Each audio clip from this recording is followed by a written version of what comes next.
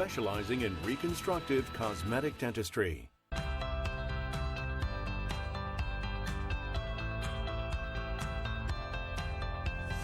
We've gone over so much already. I have a lot more questions, but we're running out of time. So before we end today's roundtable, I would love to hear how everyone is celebrating Hispanic Heritage Month, or if there's one particular person you are honoring.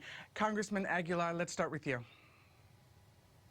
I'm going to honor Hispanic Heritage Month by just redoubling my commitment to work with my colleagues to pass, good public policy. But we can't celebrate Hispanic Heritage Month without talking about food. And I think for me, hanging out with my grandparents and having pozole and menudo and just eating and sharing meals with them is what I look forward to most. Congresswoman Sanchez, how about you? Sure. Well, as a daughter of immigrant parents from Mexico, Hispanic Heritage Month really means a lot to me. And I know that it means a lot to all of my colleagues in the Hispanic caucus, because it's really a time to celebrate the Latino community's achievements and all that we contribute to this amazing country.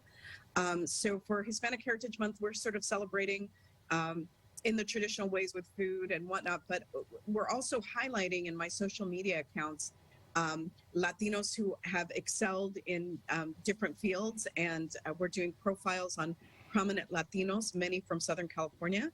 We just honored Nomar Garcia-Parra, the baseball player, and Ellen Ochoa. So if folks want to check out some of these extraordinary Latinos and Latinas, they can go to my Twitter, Facebook, and Instagram accounts to see some of the local talent that we have that has really contributed to this country. But one thing that I just would say, one of the realities, it's great to celebrate our achievements, but the pages of U.S. history are still missing so much of our story. So we need to really be proud and tell those stories so that people understand the contributions that Latinos and Latinas make to this country every single day. We've celebrated the Hispanic Heritage Month by holding the first ever voting rights roundtable with stakeholders from around the country to address the real serious problem of the 19 states that have instituted laws that make it harder for working class people, that disproportionately affects Hispanics from voting and being able to cast their votes, like decreasing voting booth opportunities, decreasing the hours during the day, eliminating vote by mail or other early election day voting, where individuals can go and drop off their ballot because they have to go to work on election day. And so that's what we did. And the other thing that we're doing is really profiling the incredible leadership of CHC members like Representative Linda Sanchez, who's been fighting for Democratic caucus issues, labor, children, making sure women have a representation in all aspects of our society and leadership positions, like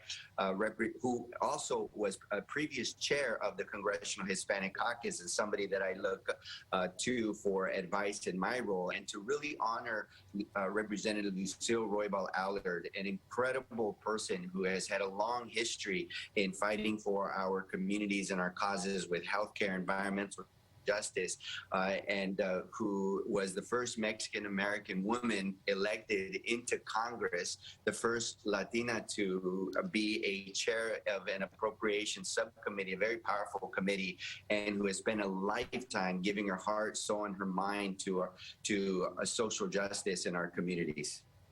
Well, unfortunately, that is all the time that we have today. Thank you so much, Congressmember Ruiz, Sanchez, and Aguilar, for coming on In Focus SoCal. That's it for this edition of In Focus SoCal.